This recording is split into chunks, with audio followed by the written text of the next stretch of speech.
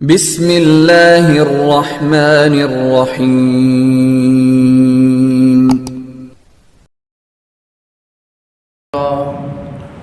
نحمده ونستعینه ونستغفره ونعوذ باللہ من شرور انفسنا ومن سیئات اعمالنا من يهده اللہ فلا مضل له ومن يضلل فلا هادی له ونشهد أن لا إله إلا الله وحده لا شريك له ونشهد أن محمدا عبده ورسوله اللهم صل على محمد وعلى آل محمد كما صليت على إبراهيم وعلى آل إبراهيم إنك حميد مجيد اللهم بارك على محمد وعلى آل محمد كما باركت على إبراهيم وعلى آل إبراهيم إنك حميد مجيد أما بعد فإن خير الحديث كتاب الله وخير الهدي هدي محمد صلى الله عليه وسلم وشر الأمور محدثاتها وكل محدثة بدعة وكل بدعة ضلالة وكل ضلالة في النار رب اشرح لي صدري ويسر لي أمري واحلل عقدة من لساني يفقهوا قولي أعوذ بالله السميع العليم من الشيطان الرجيم بسم اللہ الرحمن الرحیم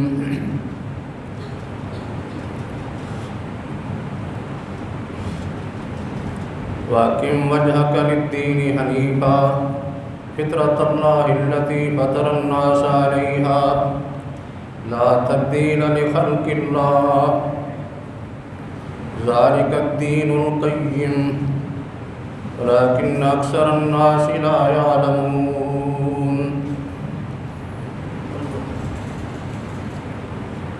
وقال النبي صلى الله عليه وسلم ما من مولود إلا يولد على الفطرة فأبواه يهودانه أو ينصرانه أو يمجسانه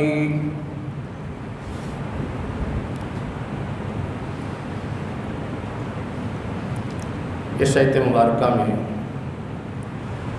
جو سورہ روم سے تلاوت کی گئی ہے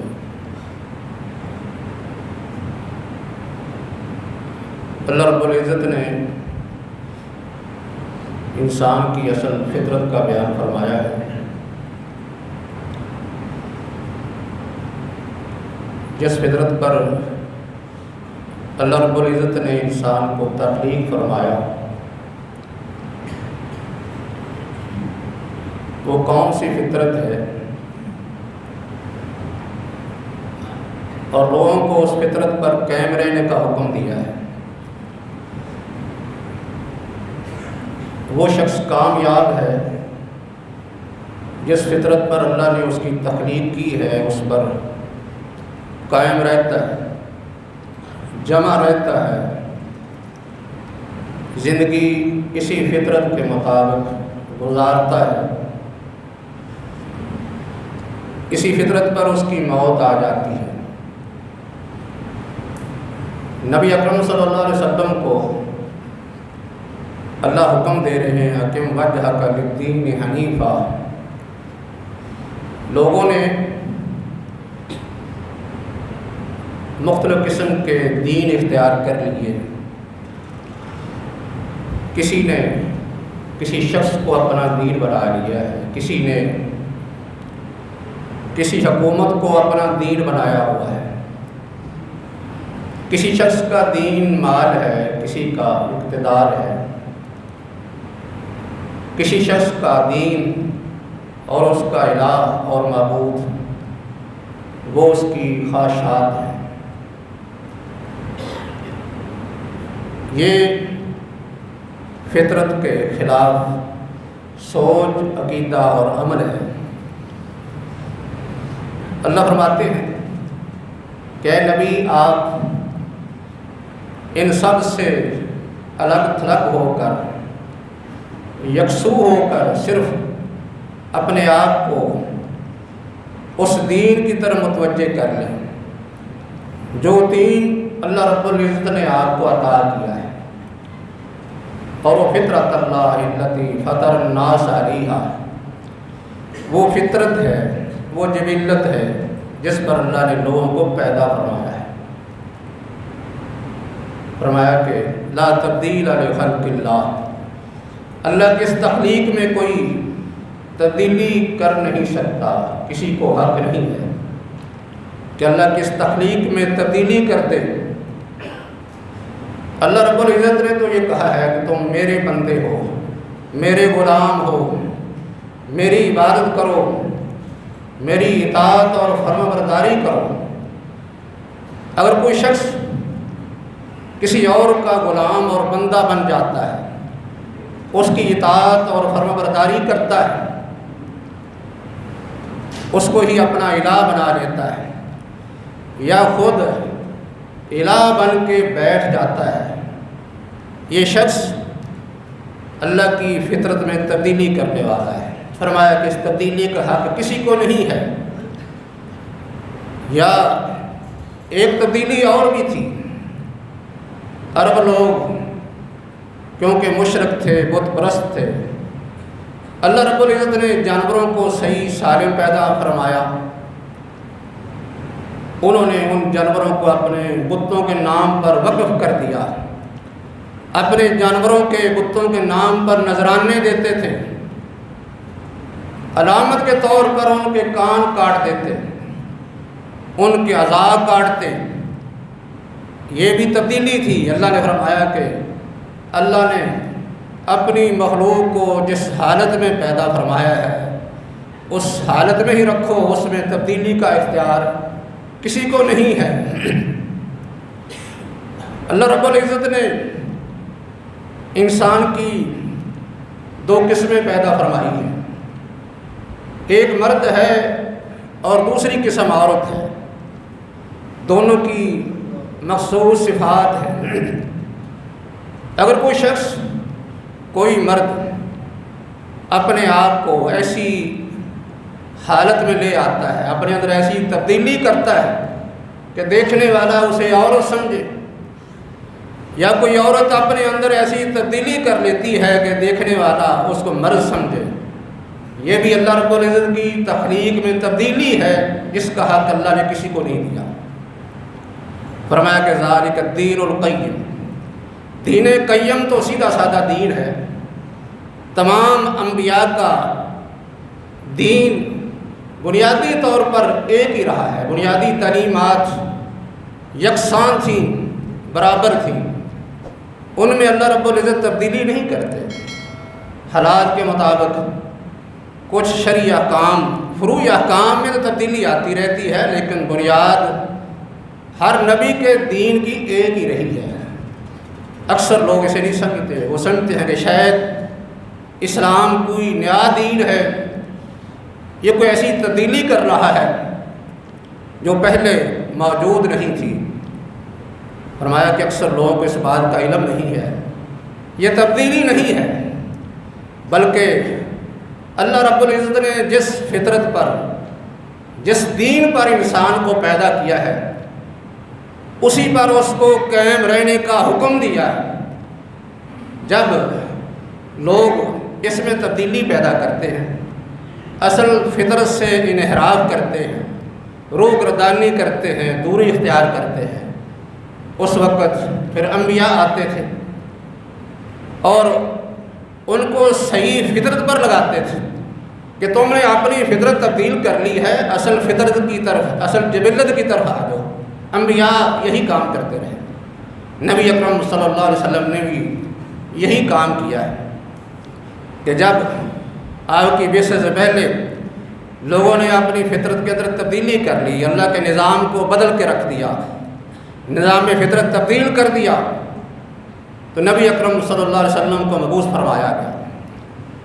آپ کا یہ ارشاد کہ ما من مولود الا یولد الفطرہ، کہ ہر بچہ اپنی فطرت پر پیدا ہوتا ہے، فطرت اسلام پر پیدا ہوتا ہے، اس کے اندر یہ قوت اور استعداد ہوتی ہے کہ وہ دین اسلام کو قبول کرنے والا ہوتا ہے۔ اس کو دین کی بات کہی جائے تو وہ قبول کرتا ہے۔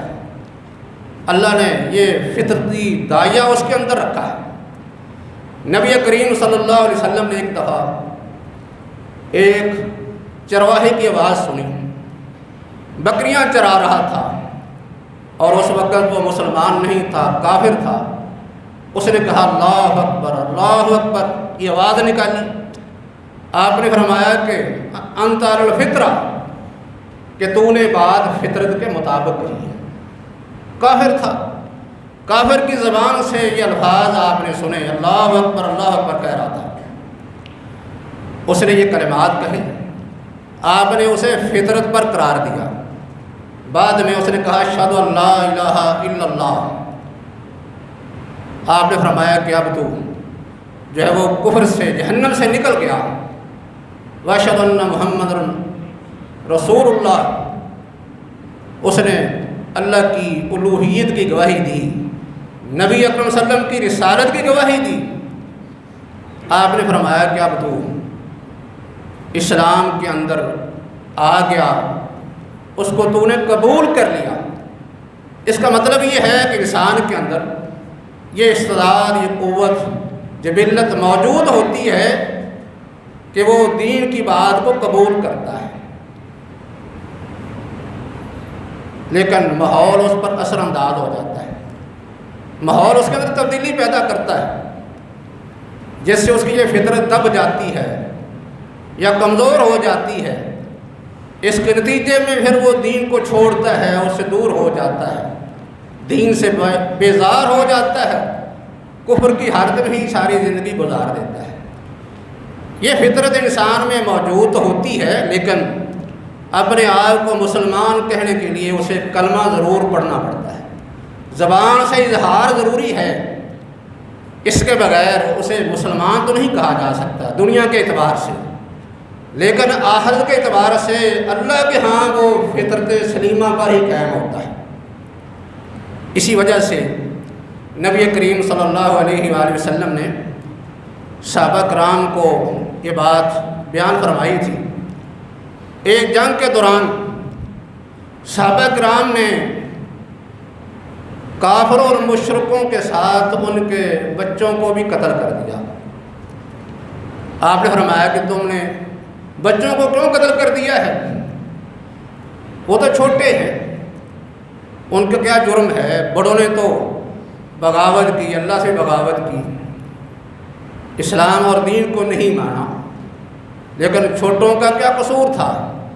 انہوں نے کہا کہ اللہ کے رسول یہ بھی ان کافروں اور مشرکوں کی اولاد تھی، اس وجہ سے ہم نے ان کو قتل کر دیا۔ آپ نے فرمایا کہ نہیں، ان کو قتل کرنا جائز نہیں ہے، قتل نہیں کرنا چاہیے تھا، کس لیے کہ اصل تو بچے فطرت پر ہیں، جب تک وہ نہ سمجھ ہیں، نہ بالغ ہیں، انہیں یہ شعور نہیں ہے کہ ہم اپنی زبان سے اسلام کا اظہار کریں، اس کو قبول کریں، اس پر عمل کریں۔ آپ نے فرمایا کہ اگر ان کا یہ جرم یہ ہے کہ یہ مشرکوں اور کافروں کی اولاد ہیں، تو پھر آپ بھی تو ایسے ہی تھے، اسلام سے پہلے آپ کیسے تھے؟ اس وقت آپ امت کے بہترین اور عمدہ مسلمان ہیں، لیکن اسلام قبول کرنے سے پہلے تم بھی مشرکوں اور کافروں کی اولاد ہی تھے۔ تمہارے اندر اللہ نے یہ قوت، یہ استعداد اور صلاحیت، یہ اہلیت رکھی تھی، جس کے نتیجے میں تم نے جو ہے وہ اسلام قبول کیا، اسلام میں داخل ہو گئے، مسلمان ہو گئے۔ اللہ نے تمہیں توفیق دی، اصلت فطرت کی طرف آ گئے۔ اس لیے نبی اکرم صلی اللہ علیہ وسلم نے فرمایا کہ ہر بچہ فطرت اسلام پر پیدا ہوتا ہے، اس کے اندر اسلام کو قبول کرنے کی، اس پر چلنے کی قوت موجود ہوتی ہے، لیکن ماحول اس پر اثر انداز ہوتا ہے۔ فَأَبَوَاهُ يُحَوِّدَانِهِ أَوْ يُنَصِّرَانِهِ، اور یمجسانی، اس کے والدین ہیں اس کو یہودی بنا لیں یا اس کو عیسائی بنا لیں یا مجوسی بنا لیں۔ اس سے معلوم ہوتا ہے کہ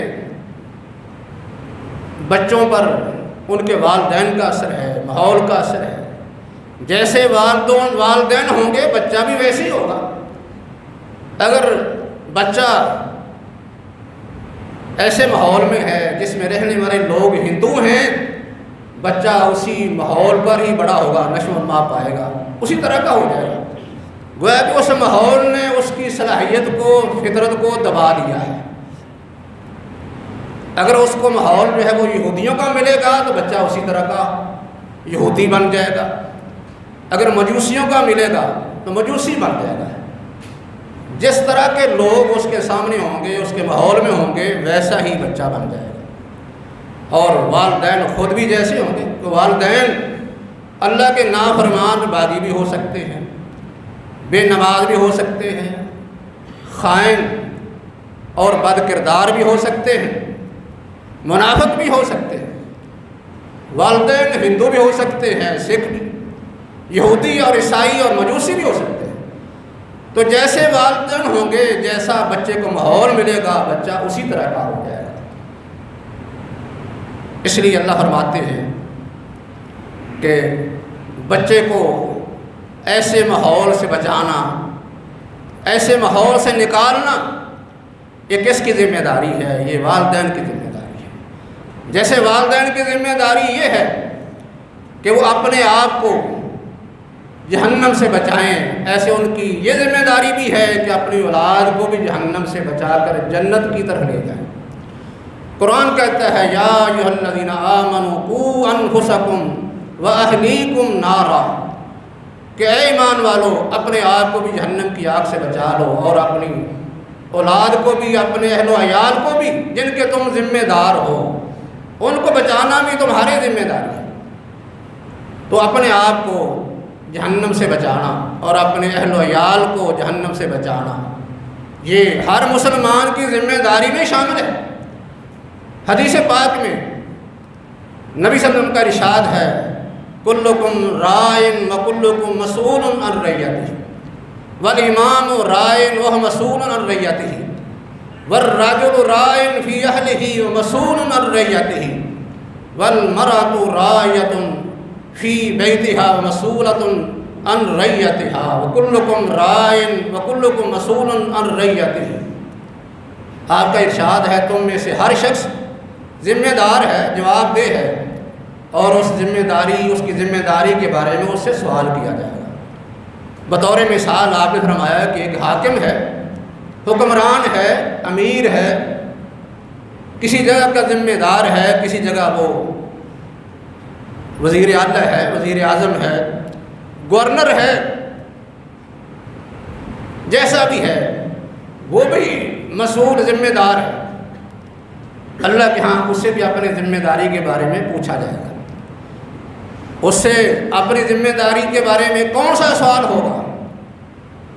دوسری حدیث میں آپ یہ بھی فرماتے ہیں ما من عبد یسترعیہ اللہ رعیۃ یموت یوم یموت وہو غاش لرعیتہ حرم اللہ علیہ الجنہ۔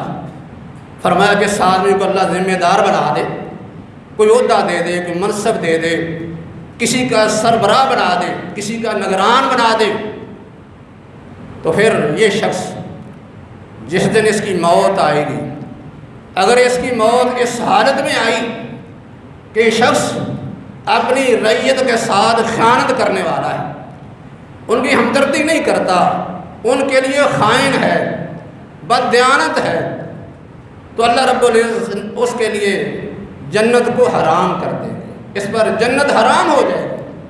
خیانت کون سی مراد ہے؟ ہر طرح کی خیانت ہے۔ اگر ان کی دنیا کے لیے کچھ نہیں کرتا تو یہ بھی خیانت ہے، اگر ان کے دین کے لیے کچھ نہیں کرتا تو یہ بھی خیانت ہے۔ جیسے کسی سربراہ، کسی حکمران کی، کسی نگران کی یہ ذمہ داری ہے کہ اپنی رعایا کی دنیا کے لیے، اپنی رعایا کی دنیا کو سنوارنے کے لیے محنت کرے، ان کو سہولتیں دے، ان کی مشکلات کا خیال رکھے، ان کو دور کرنے کی کوشش کرے۔ ایسے ہی ان کی ذمہ داری یہ بھی ہے کہ ان کی آخرت کے لیے بھی کچھ کرے۔ اگر اس نے دنیا کے لیے کر دیا لیکن آخرت کے لیے کچھ نہیں کیا، اللہ کے ہاں اس کو بھی جواب دینا پڑے گا۔ یہ بھی خیانت کرنے والا ہے، جس کے نتیجے میں آپ فرماتے ہیں کہ اللہ تعالیٰ اس پر جنت کو حرام کر دے گا، جنت میں داخل نہیں ہو سکتا۔ یہ ایک بڑی ذمہ داری ہے۔ اور چھوٹی ذمہ داری، چھوٹی سطح پر آپ نے فرمایا کہ ایک آدمی اپنے گھر کا ذمہ دار ہے، اس کے بارے میں سوال ہوگا گھر والوں کے لیے کیا کیا، ان کے لیے تو نے کیا خیر خواہی کی، کیا ان کے ساتھ ہمدردی کرتا رہا۔ یہ ہمدردی بھی دونوں طرح کی ہے، دنیا کے اعتبار سے بھی ہے۔ ہر آدمی کی ذمہ داری ہے کہ اپنے اہل و عیال کا وہ خرچ اٹھائے، ان کے کھانے پینے کی ضرورتیں ہیں، ان کے لباس کی ضرورت ہے، ان کی رہائش کی ضرورت ہے، علاج معالجہ ہے، باقی اور ضرورتیں ہیں، ان کے شادی بیاہ کے معاملات ہیں، یہ بھی اس کی ذمہ داری ہے، یہ بھی اس نے نبھانی ہے۔ لیکن صرف یہ نہیں اسی ذمہ داری کو لے کے بیٹھ جائے، وہ سمجھے کہ میں نے تو دنیا کے اندر ان کو کامیاب دیکھنا ہے، کامیاب بنانا ہے، بڑے عہدوں تک پہنچانا ہے، ان کی دنیا سنوارنی ہے، اسی پر اکتفا کر دے۔ حقیقت میں یہ خیر خواہی تو ہے لیکن محدود ہے، دنیا کی حد تک ضرور ہے کہ دنیا کے لیے اس نے سوچ لیا ہے لیکن آخرت کے لیے کچھ نہیں سوچا۔ اللہ رب العزت نے اس سے سوال صرف ایک نہیں کرنا کہ تو نے ان کی دنیا کے لیے کیا کیا تھا، بلکہ سوال یہ بھی ہوگا کہ تو نے آخرت کے لیے کیا کیا۔ دنیا کے لیے تو بہت کچھ کرتا رہا لیکن آخرت کے لیے کبھی سوچ نہ آئی کہ میں نے ان کی آخرت کو سنوارنے کے لیے، آخرت کی کامیابی کے لیے بھی کچھ کرنا ہے۔ اس لیے نبی اکرم فرماتے ہیں کہ اللہ تعالیٰ جس کو کسی کا ذمہ دار بنا دیتا ہے اور اس کو موت اس حالت میں آ جاتی ہے کہ ان کے ساتھ وہ خیانت کرنے والا ہے، ان کے ساتھ صحیح ہمدردی نہیں کرتا دنیا کے اعتبار سے، دین کے اعتبار سے، تو پھر اس خائن کی سزا یہ ہے کہ اللہ رب العزت اس کے لیے جنت کو حرام کر دیں گے۔ بہت بڑی ذمہ داری ہے یہ۔ قرآن اس میں سے کہا یا ایھا الذین آمنوا قوا انفسکم واہلیکم نارا وقودھا الناس والحجارہ علیہا ملائکۃ غلاظ شداد لا یعصون اللہ ما امرہم ویفعلون ما یؤمرون۔ کہ اہل ایمان کا دعویٰ کرنے والوں مسلمانوں، اپنے آپ کو بھی جہنم کی آگ سے بچانا ہے اور اپنے اہل و عیال کو بھی بچانا ہے۔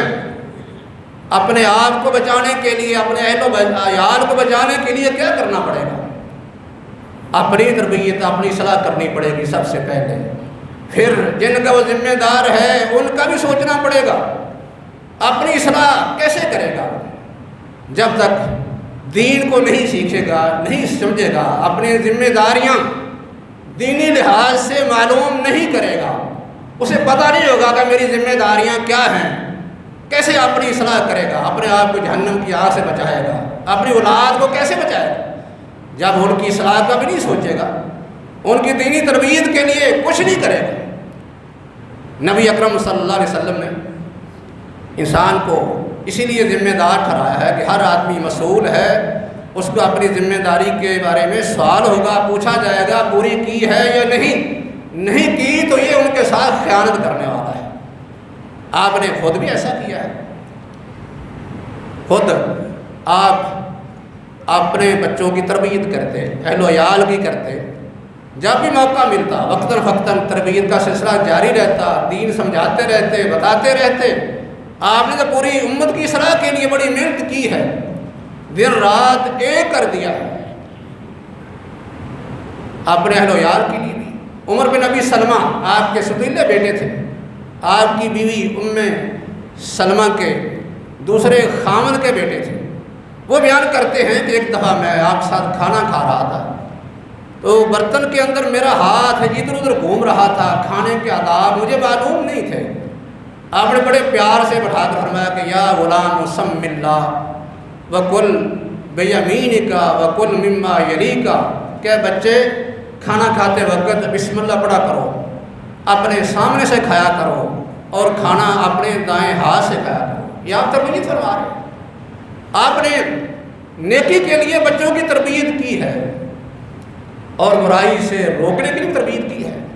صرف یہ نہیں کہ نیکی کا حکم دیتا جائے لیکن برائی سے نہ روکے کہ بچہ جو چاہے کرتا جائے، جس کا نتیجہ کیا نکلے گا کہ وہ اصل فطرت سے نکل جائے گا۔ اللہ نے اس کے اندر جو اسلام کو قبول کرنے کی، اسلام پر عمل کرنے کی استعداد اور طاقت رکھی ہے، بچہ اسے نکل جائے گا۔ اسی وجہ سے آپ نے اپنے نواسے حضرت حسن کو دیکھا کہ ایک کھجور کھا رہے ہیں۔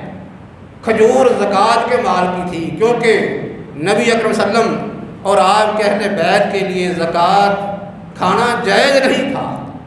آپ نے ایک کھجور دیکھی، حضرت حسن رضی اللہ تعالیٰ عنہ نے منہ میں ڈال لی، آپ نے فوری انہیں ڈانٹا کہ یہ کھجور نکال دو، پھینک دو۔ انہوں نے تھوڑی سی سستی کا مظاہرہ کیا، آپ نے اپنی انگلی سے کھجور کو باہر نکال دیا۔ حرام سے بچانا یہ بھی ذمہ داری ہے۔ کوئی بھی بچہ جو ہے وہ کب نیکی کی طرف جائے گا، برائی سے بچے گا، جب اس کو یہ سمجھایا جائے گا۔ ہمارے ہاں یہ لوگوں نے دین کے بارے میں سوچ بڑی محدود بڑھائی ہوئی ہے کہ دین پڑھنا پڑھانا یہ صرف علماء کا کام ہے، عمل کرنا بھی ان کا کام ہے۔ حالانکہ بنیادی دین کے معاملات، دین کے امور، بنیادی عقائد اور عبادات ایسی ہیں کہ ان کا علم ہر مسلمان پر فرض اور ضروری ہے۔ ہم یہ حدیث سنتے رہتے ہیں، بنی الاسلام علی خمس ان تشہد ان لا الہ الا اللہ وان محمدا عبدہ ورسولہ وتقیم الصلاۃ وتؤتی الزکاۃ وتصوم رمضان وتحج البیت ان استطاع الیہ سبیلا۔ اسلام کی بنیاد 5 چیزوں پر ہے۔ پہلی بات کلمہ شہادت ہے، دوسری نماز کی اقامت ہے، تیسری زکوٰۃ کی ادائیگی ہے، چوتھا فرض روزے رکھنا ہے، پانچواں اگر استطاعت ہو تو حج کرنا ہے۔ تو یہ مسائل ہر مسلمان کو پیش آتے ہیں۔ نماز ہر مسلمان کو فرض ہے، یہ معاملہ ہر مسلمان کا ہے۔ روزے بھی ایسے ہیں، جس پاس مال ہے اس نے زکوٰۃ بھی دینی ہے، اور جس کے پاس سے زیادہ مال اس نے حج بھی کرنا ہے۔ تو کیا نماز کے مسائل مسلمان کو سیکھنا یہ ضروری نہیں رہے؟ کیسے پڑھے گا؟ زکوٰۃ کیسے دے گا؟ روزہ کیسے رکھے گا؟ حج کرنا تو حج کیسے کرے گا؟ کیا مسلمان جو شادی نہیں کرتا اس کو یہ پتہ نہیں ہے کہ شادی میں نے کس طریقے سے کرنی ہے؟ شادی کے بعد خاوند بیوی کے حقوق کیا ہیں، میں نے کیسے رہنا ہے، ہم نے دونوں نے آپس میں کیسے رہنا ہے؟ کیا ان حقوق کا علم ضروری نہیں ہے؟ کیسے زندگی گزارے گی؟ یہ علم نہ سیکھنے کا نتیجہ ہوتا ہے کہ چند دنوں کے بعد لڑائی جھگڑے، گھر گھر کے لڑائی جھگڑے کیوں ہیں؟ کہ صحیح طرح انہوں نے اپنی ذمہ داری کو سیکھا ہی نہیں، انہیں پتہ ہی نہیں ہے کہ ہماری ذمہ داریاں کیا ہیں، ہمارے حقوق کیا ہیں۔ اگر کوئی کاروبار کرتا ہے تو کاروبار تو شروع کر دیا، لیکن یہ نہیں سیکھنا کہ کاروبار کے احکام کیا ہیں، تجارت کے کیا احکام ہیں، کھیتی باڑی کرتا ہے تو اس میں شرعی رہنمائی کیا ہے۔ یہ باتیں ساری سیکھنے والی ہیں۔ جو آدمی جو بھی کام کرتا ہے اس کو اس مسئلے کے بارے میں، جس محکمے میں کام کرتا ہے اس کے بارے میں، جس شعبے میں کام کرتا ہے اس کے متعلق شرعی رہنمائی، شرعی تعلیمات، شرعی احکام یہ سیکھنا ہر ایک مسلمان کی ذمہ داری ہے۔ باقی کچھ معاملات اس سے آگے ہوتے ہیں، بریک ہوتے ہیں، جیسے خرید و فروخت کے معاملات ہیں، تفصیلی نکاح طلاق کے ہیں، وراثت کے ہیں، لین دین کے ہیں۔ یہ مسائل یہ علماء کی ذمہ داری ہوتی ہے کہ وہ تفصیلی مطالعہ کرتے ہیں، ان سے پوچھا جا سکتا ہے، لیکن بنیادی معلومات ایسے مسائل کی جو ہر ایک مسلمان کو پیش آتے ہیں ان کے بارے میں دین کو سیکھنا ہر مسلمان کی ذمہ داری ہے۔ جیسے ہر مسلمان ان چیزوں کو، ان احکام کو سیکھ کر ہی وہ عمل کر سکتا ہے، اپنے آپ کو جہنم سے بچا سکتا ہے، ایسے ہی اپنی اولاد کو بچانا ہے تو ان کو بھی یہ چیزیں سکھانی پڑیں گی، ورنہ وہ دین کے کسی بھی حکم پر عمل نہیں کریں گے۔ انہیں یہ بھی نہیں پتہ ہوگا کہ ایمان کیا چیز ہے، ایمان کے کیا تقاضے ہیں، کن چیزوں پر ایمان رکھنا ضروری ہے، کن چیزوں سے اعلان برات کرنا ضروری ہے، اس کے علم میں نہیں ہوتا، ذہن اس کا منتشر ہے۔ اس کو ایمان کے لحاظ سے سمجھانا، یکسو کرنا یہ والدین کی ذمہ داری ہے۔ باقی دینی معاملات ہیں، مسائل ہیں، اگر نماز کا اس کو کہا جائے گا کہ نماز پڑھے تو پھر نماز بھی سیکھنا پڑے گی. جو آدمی نماز پڑھے گا اسے طہارت اور وضو کے احکام ہی سیکھنا پڑے گے. اس طرح یہ دائرہ خود ہی وسیع ہوتا جائے گا. اس لیے اللہ نے فرمایا کہ اپنی اولاد کو بھی جہنم سے بچاؤ. تو ان کو بچانے کا طریقہ یہی ہے کہ ان کو ایمان، عبادات، دین کے احکام، خاص کر انہیں جو کام کرنا ہے اس کے بارے میں دین کی ہدایات ان کو سکھائی جائیں، سمجھائی جائیں، بتلائی جائیں. اور یہ چیزیں دینی ماحول کے بغیر نہیں آتی. ہمارے ہاں اس کی بالکل پرواہ نہیں ہے، کیونکہ اللہ تعالیٰ نے جس فطرت پر انسان کو پیدا کیا ہے وہ فطرت اسلام ہے. اسی پر انسان قائم ہوتا ہے، لیکن بعد میں حالات جو ہیں اس کو تبدیلی کرتے ہیں. حالات اور ماحول کا بہتر ہونا ہر لحاظ سے ضروری ہے. جیسے ہمیں فکر ہوتی ہے کہ ہمارا ماحول بہتر ہو، امن و امان ہو، ہمارے ارد گرد رہنے والے لوگ جو ہیں وہ اچھے لوگ ہوں، چور ڈاکو نہ ہوں، ورنہ ہم امن کی زندگی نہیں گزار سکتے. ایسے جو ہے وہ فضا بھی اچھی ہونی چاہیے، موسمی ماحول بھی اچھا ہونا ضروری ہے. اس کے بغیر انسان کی صحت اچھی نہیں رہتی. صحت کے لیے موسم کا اچھا ہونا اور امن کے ساتھ رہنے کے لیے ماحول کا پرامن ہونا یہ ضروری ہے. ایسے ہی اپنے آپ کو، اپنی اولاد کو جہنم سے بچانے کے لیے بھی ماحول کا اچھا ہونا ضروری ہے. کہ ہم نے اپنا ماحول، اپنی اولاد کا ماحول بھی اچھا بنایا ہوا ہے، اس کی کوئی فکر ہے؟ کبھی اس کا سوچا ہے؟ ماحول کا اتنا اثر ہے. نبی اکرم صلی اللہ علیہ وسلم کے پاس ایک یہودی بچہ تھا، آپ کی خدمت کیا کرتا تھا. ایک دن بیمار ہو گیا. نبی اکرم صلی اللہ علیہ وسلم اس کے پاس اس کی تیمارداری کے لیے جاتے ہیں. اس معلوم ہوتا ہے کہ تیمارداری، حسن سلوک تو کافر سے بھی ہو سکتا ہے. یہودی کے بچے کی تیمارداری کے لیے آپ اس کے گھر تشریف لے گئے.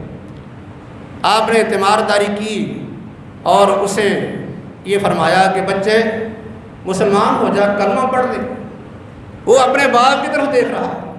باپ اشارہ کرتا ہے اتے ابو القاسم، کہ بیٹے ابو القاسم کی بات کو مان لو.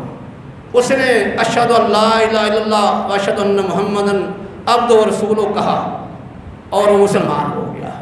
تو نبی اکرم صلی اللہ علیہ وسلم وہاں سے نکلے اور فرما رہے تھے الحمدللہ الذی انقذہ من النار. اللہ کا شکر ہے جس نے اس بچے کو جہنم کی آگ سے بچا دیا. اس بچے کے اندر یہ فطرت سلیمہ موجود تھی. اس نے آپ کی بات کو قبول کر لیا، خاص کر باپ کے اشارے سے. اس سے معلوم ہوتا ہے کہ بچے کے اندر بھی صحیح استعداد اسلام قبول کرنے کی موجود ہے. اور خاص کر والدین کا بڑا اثر ہے کہ والد کے اشارے سے، نبی صلی اللہ علیہ وسلم کی صحبت کا یہ اثر ہے کہ اللہ نے اس کو جہنم کی آگ سے بچا لیا. اس نے یہودی مذہب کو چھوڑ کر اسلام اختیار کر لیا ہے. اس لیے ماحول بہتر ہونا، دینی ماحول ہونا یہ ضروری ہے ہر مسلمان کے لیے، بچوں کے لیے، بڑوں کے لیے. ہم اس کا لحاظ نہیں رکھتے، اپنا ماحول بھی نہیں دیکھتے ہم کس ماحول میں رہیں، کیونکہ ماحول جو ہے وہ انسان کو اصل فطر سے نکال دیتا ہے. اس لیے یہ حدیث جو میں نے پہلے پڑھی ہے کہ بچہ تو اسلام کی فطرت میں پیدا ہوتا ہے، والدین بعد میں یہودی بنا لیں، عیسائی بنا لیں، مجوسی بنا لیں. اس کا مطلب یہی ہے کہ جو ماحول ان کو دیا جائے گا وہی اختیار کر لے گا. ہمیں فکر یہ ہوتی ہے کہ دنیا کہاں سے ملے، ہم نے دنیا کمانی ہے بس. وہ ہمیں یہودیوں کے اندر رہ کے کمانی پڑے، عیسائیوں کے اندر رہ کے کمانی پڑے، ہندوؤں کے اندر رہ کے کام کرنا پڑے. مال آ جائے، ماحول جیسا بھی ہو، دین جاتا ہے تو چلا جائے، لیکن ہمارا مال جو ہے وہ ضرور محفوظ ہونا چاہیے، مستقبل جو محفوظ ہونا چاہیے، کامیاب ہونا چاہیے. اس لیے بچے جو ہے وہ کس اسکول میں پڑھتے ہیں، کس کالج میں پڑھتے ہیں، کس یونیورسٹی میں پڑھ رہے ہیں، وہاں کیا ہو رہا ہے، کون سا ماحول ہے، والدین کو اس کی فکر نہیں ہوتی کہ کیا کر رہے ہیں. جس کا نتیجہ کیا ہے کہ وہ ایمان سے، دین سے، اسلام سے بالکل فارغ ہو جاتے ہیں.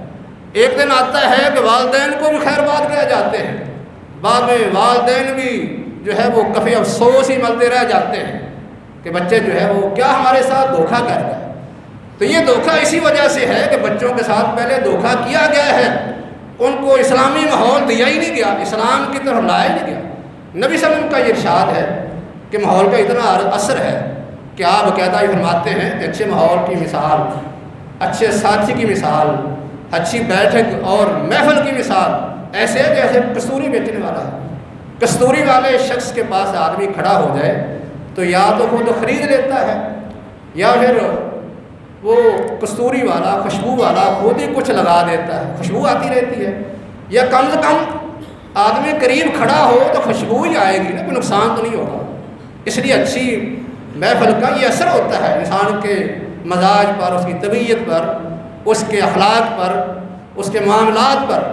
اور برے کی مثال آپ نے یہ دی ہے کہ برے ساتھی، بری مجلس، برے ماحول کی مثال ایسے ہے جیسے ایک لوہار ہے جو بٹھی اپنی دونک رہا ہے، اس کے پاس بیٹھنے والا جو ہے وہ کیا چیز حاصل کرے گا؟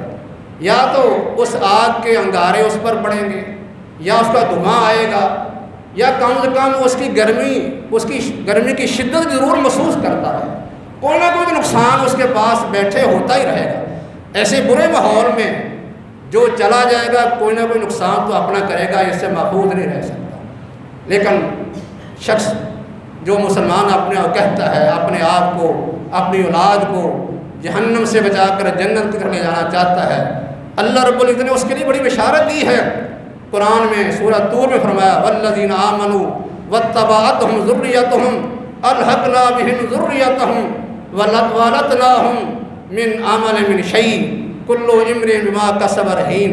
فرمایا کہ وہ لوگ جو خود صحیح مومن بن گئے، صحیح مسلمان ہو گئے، ایمان عبادات اپنے معاملات میں وہ صحیح مسلمان بن جاتے ہیں، پھر ان کی اولاد بھی ان کی اتباع کرتی ہے۔